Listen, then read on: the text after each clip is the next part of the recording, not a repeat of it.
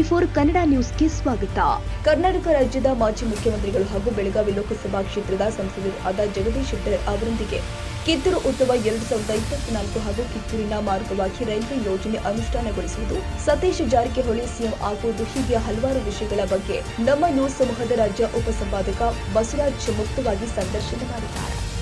ಮಾಜಿ ಮುಖ್ಯಮಂತ್ರಿಗಳು ವಿಶೇಷವಾಗಿ ಬೆಳಗಾವಿ ಲೋಕಸಭಾ ಕ್ಷೇತ್ರದ ಜನಪ್ರಿಯ ಸಂಸದರು ಆಗಿರ್ತಕ್ಕಂಥ ಶ್ರೀ ಜಗದೀಶ್ ಶೆಟ್ಟರ್ ಸಾಹೇಬರು ಸಿಕ್ಕಿದ್ದಾರೆ.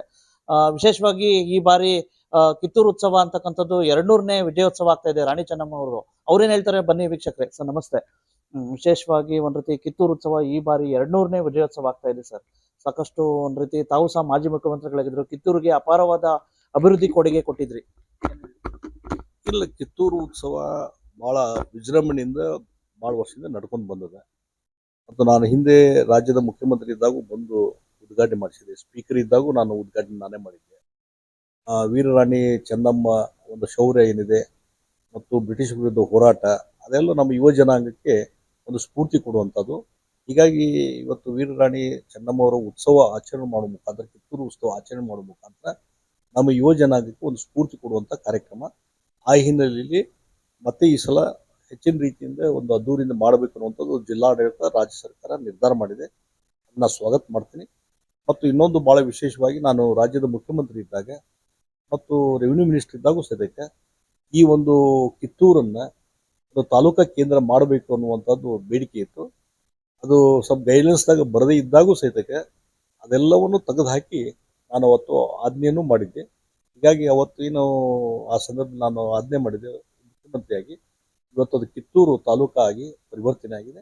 ಆ ಹಿನ್ನೆಲೆಯಲ್ಲಿ ಇವತ್ತು ಅಲ್ಲಿ ಭಾಳಷ್ಟು ಇವಾಗಲೇ ತಾಲೂಕಾ ಕಚೇರಿಗಳು ಬಂದಿವೆ. ಭಾಳಷ್ಟು ಒಂದು ಬದಲಾವಣೆ ಇವತ್ತು ಕಿತ್ತೂರು ತಾಲೂಕಿನಲ್ಲಿ ಆಗ್ತಾ ಇದೆ. ಹೀಗಾಗಿ ರಾಣಿ ಚೆನ್ನಮ್ಮ ಕಿತ್ತೂರು ಉತ್ಸವದ ಮುಖಾಂತರ ಇವತ್ತು ಇನ್ನೂ ಹೆಚ್ಚಿನ ರೀತಿ ಸ್ಫೂರ್ತಿ ಸಮಾಜಕ್ಕೆ ಸಿಗಲಿ, ನಮ್ಮ ಯುವ ಜನಾಂಗಕ್ಕೆ ಸಿಗಲಿ ಅಂತೇಳಿ ಕಿತ್ತೂರು ಉತ್ಸವ ಯಶಸ್ವಿಯಾಗಲಿ ಅಂತೇಳಿ ನಾನು ಶುಭ ಹಾರೈಸ್ತೇನೆ. ಮಾನ್ಯ ದಿವಂಗತ ಕೇಂದ್ರ ಸಚಿವರಾಗಿರ್ತಕ್ಕಂಥ ಸುರೇಶ್ ಅಂಗಡಿ ಅವರು ಒಂದು ಇದಿತ್ತು ಸರ್, ಬೆಳಗಾವಿಯಿಂದ ಕಿತ್ತೂರು ಮಾರ್ಗವಾಗಿ ಧಾರವಾಡಕ್ಕೆ ರೈಲ್ವೆ ಇದಾಗಬೇಕು ಅಂತ ಹೇಳಿ. ವಿಶೇಷವಾಗಿ ತಮ್ಮ ಅವಧಿಯಲ್ಲಿ ಏನಾದರೂ ನಿರೀಕ್ಷೆ ಮಾಡೋದು ಸರ್ ಕಂಪ್ಲೀಟ್ ಆಗುತ್ತೆ? ಈಗ ಒಂದು ಹಂತಕ್ಕೆ ಬಂದದ. ಕಳೆದ 2 ವರ್ಷದಿಂದ ಭೂ ಸ್ವಾಧೀನದ ಪ್ರಕ್ರಿಯೆ ಹಾಗೆ ಸ್ಲೋ ಆಗಿತ್ತು, ನಿಂತೇ ಹೋಗಿತ್ತು. ನಾನು ಲೋಕಸಭಾ ಸದಸ್ಯನಾದಮೇಲೆ ಯಾವ ಒಂದು ಪ್ರೊಸೆಸ್ಗೆ ಹೆಚ್ಚಿನ ಒತ್ತು ಕೊಟ್ಟಿದ್ದೇನೆ. ಆಲ್ಮೋಸ್ಟ್ ಇನ್ನೊಂದು 2-3 ತಿಂಗಳಲ್ಲಿ ಈ ರೈಲ್ವೆ ಭೂ ಸ್ವಾಧೀನದ ಕೆಲಸ ಏನದಲ್ಲ ಅದೆಲ್ಲ ಮುಗೀತದೆ. ಬಹುಶಃ ಇನ್ನೊಂದು 6 ತಿಂಗಳಲ್ಲಿ ಅದು ಕಾಮಗಾರಿನೂ ಪ್ರಾರಂಭ ಆಗ್ತದೆ. ಇನ್ನೊಂದು ಮ್ಯಾಕ್ಸಿಮಮ್ 1.5 2 ವರ್ಷದಲ್ಲಿ ಹೊಸದಾಗಿ ಈ ರೈಲ್ವೆ ಮಾರ್ಗ ಏನಾದ್ರು ಸುರೇಶ್ ಅಂಗಡಿ ಅವರು ಏನು ಕನಸಿದ್ದು ಅವ್ರು ಮಂಜೂರು ಮಾಡಿದ್ರು, ಆ ಒಂದು ರೈಲ್ವೆ ಮಾರ್ಗ ನಿರ್ಮಾಣ ಆಗುವುದು ಸಂಶಯ ಇಲ್ಲ ಅಂತ ನಾನು ಹೇಳ್ತೀನಿ. ರಾಜ್ಯಾದ್ಯಂತ ಒಂದು ರೀತಿ ಸಿಎಂ ಬದಲಾವಣೆ ಇದಾಗ್ತಾ ಇದೆ. ವಿಶೇಷವಾಗಿ ಸಿದ್ದರಾಮಯ್ಯ ಅವರು ರಾಜೀನಾಮೆ ಕೊಟ್ಟರೆ ಇಲ್ಲಿ ಬೆಳಗಾವಿಯವರು ಸತೀಶ್ ಜಾರಕಿಹೊಳಿ ಅವರ ಹೆಸರು ಹೇಳಿ ಬರ್ತಾ ಇದೆ ಸರ್. ವಿಶೇಷವಾಗಿ ಏನಾದ್ರು ಬೆಳಗಾವಿ ಅಭಿವೃದ್ಧಿಗೆ ಪೂರಕವಾಗಿ ಆಗ್ತದೆ ನೋಡ್ರಿ, ನಾನು ಯಾರ ಬಗ್ಗೆನೂ ವೈಯಕ್ತಿಕವಾಗಿ ಯಾರು ಮುಖ್ಯಮಂತ್ರಿ ಆಗ್ತೋ ಯಾರಿಲ್ಲೋ ಅದು ಕಾಂಗ್ರೆಸ್ ಪಾರ್ಟಿಗೆ ಬಿಟ್ಟಂತ ವಿಚಾರ. ಅದ್ರ ಬಗ್ಗೆ ನಾನು ಯಾಕೆ ಚರ್ಚೆ ಮಾಡಕ್ ಹೋಗಿ, ಹಾಗಾಗಿ ಈ ಸಿದ್ದರಾಮಯ್ಯನ ಚೇಂಜ್ ಮಾಡಬಾರ್ದು ಅಂತ ಅವ್ರು ಅಂತಾರ, ಅವರೇ ಮುಂದುವರಿಬೇಕಂತ ಹೇಳ್ತಾರ. ಇನ್ನೊಂದು 10 ಮಂದಿ ನಾವು ಮುಖ್ಯಮಂತ್ರಿ ಆಗ್ಬೇಕಂತ ಒಂದು ಲಿಸ್ಟ್ ಇದೆ. ಹಾಗಾಗಿ ಕಾಂಗ್ರೆಸ್ ಪಾರ್ಟಿಗೆ ಅವ್ರಿಗೆ ಬಿಟ್ಟಂತ ವಿಚಾರ, ಅದ್ರ ಬಗ್ಗೆ ನಾ ಹೆಚ್ಚು ಚರ್ಚೆ ಮಾಡಿ.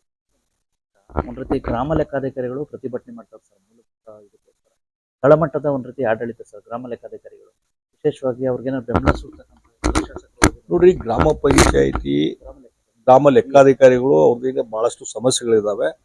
ಅದಕ್ಕಾಗಿ ಏನು ಹೋರಾಟ ಮಾಡ್ತಾ ಇದ್ದಾರೆ. ರಾಜ್ಯ ಸರ್ಕಾರ ಮತ್ತು ರೆವಿನ್ಯೂ ಇಲಾಖೆ ಸಂಬಂಧಪಟ್ಟಂತ ಸಚಿವರು ಇರ್ಬೋದು, ಮುಖ್ಯಮಂತ್ರಿಗಳು, ಯಾಕಂದ್ರೆ ಇದೊಂದು ದೊಡ್ಡ ಇಲಾಖೆ ಮತ್ತು ಇವ್ರಿಗೆ ಗ್ರಾಮ ಲೆಕ್ಕಾಧಿಕಾರಿಗೆ ಒಂದು ನೆಟ್ವರ್ಕ್ ಇರುವಂಥದ್ದು.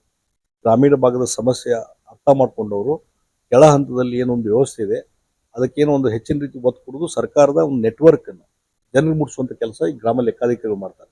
ಹೀಗಾಗಿ ಅವರ ಏನು ಸಮಸ್ಯೆ ಇದ್ದಾವೆ ಅದನ್ನು ತಕ್ಷಣವೇ ಅಟೆಂಡ್ ಮಾಡುವಂಥ ಕೆಲಸ ರಾಜ್ಯ ಸರ್ಕಾರ, ರೆವಿನ್ಯೂ ಇಲಾಖೆ ಮಾಡಬೇಕು, ಮಂತ್ರಿಗಳು ಮಾಡಬೇಕು. ಮತ್ತು ಅದಕ್ಕೆ ಸಂಪೂರ್ಣವಾದಂಥ ಬೆಂಬಲ ನಾನು ಕೊಡ್ತೀನಿ. ಸರ್, ನಾಗರಹಳ್ಳದಲ್ಲಿ ಮೂಲಭೂತ ಸೌಕರ್ಯಗಳ ಕೊರತೆ ಇದೆ ಸರ್. ಕೆಕೆ ಕೊಪ್ಪ ಮತ್ತೆ ನಾಗರಹಳ್ಳದಲ್ಲಿ ವಿಶೇಷವಾಗಿ ತಾವು ಏನಾದ್ರು ಮೂಲಭೂತ ಸೌಕರ್ಯ ನಾನು ಇಡೀ ಕ್ಷೇತ್ರದ ಬಗ್ಗೆ ಚಿಂತನೆ ಮಾಡೋದು, ಒಂದೊಂದು ಹಳ್ಳಿದು ನಾನು ಡಿಸ್ಕಷನ್ ಮಾಡಕ್ ಹೋಗಿಲ್ಲ. ಈ ಲೋಕಸಭಾ ಕ್ಷೇತ್ರ ಒಂದು ಮಾದರಿ ಲೋಕಸಭಾ ಕ್ಷೇತ್ರ ಮಾಡ್ಲಿಕ್ಕೆ ಎಲ್ಲಾ ರೀತಿ ಪ್ರಯತ್ನ ಮಾಡಿ ಎಲ್ಲಾ ಕ್ಷೇತ್ರದ ಜನತೆಗೆ ಏನ್ ಹೇಳಿಕ್ ಬಯಸ್ತೀನಿ. ಬಟ್ ಲೋಕಸಭಾ ಸದಸ್ಯನಾಗಿ ಇವತ್ತು ಇಡೀ ಕ್ಷೇತ್ರದ ಒಂದು ಅಭಿವೃದ್ಧಿಗೆ ಒತ್ತು ಕೊಡ್ತಾ ಇದ್ದೇನೆ. ಅದಕ್ಕೆ ಜನರ ಬೆಂಬಲನೂ ಸಿಗ್ತಾ ಇದೆ. ಇನ್ನೂ ಹೆಚ್ಚು ಇದರಲ್ಲಿ ಎಲ್ಲರೂ ಇನ್ವಾಲ್ವ್ ಆಗಬೇಕು ಅನ್ನುವಂಥದ್ದನ್ನ ಈ ಸಂದರ್ಭದಲ್ಲಿ ಬೆಳಗಾವಿ ಜನತೆಗೆ ಕರೆ ಕೊಡ್ತೇನೆ. ಇಷ್ಟು ಒಟ್ಟವಶ್ಯಕತೆ ಗೊತ್ತಾಯ್ತಲ್ಲ. ಮಾಜಿ ಮುಖ್ಯಮಂತ್ರಿಗಳು ಬೆಳಗಾವಿ ಸಂಸದರಾಗಿರ್ತಕ್ಕಂಥ ಶ್ರೀ ಜಗದೀಶ್ ಶೆಟ್ಟರ್ ಸಾಹೇಬ್ರ ಅಭಿಪ್ರಾಯ. ನಮಸ್ಕಾರ. Thank you sir. ನಮಸ್ತೆ. Thank you sir.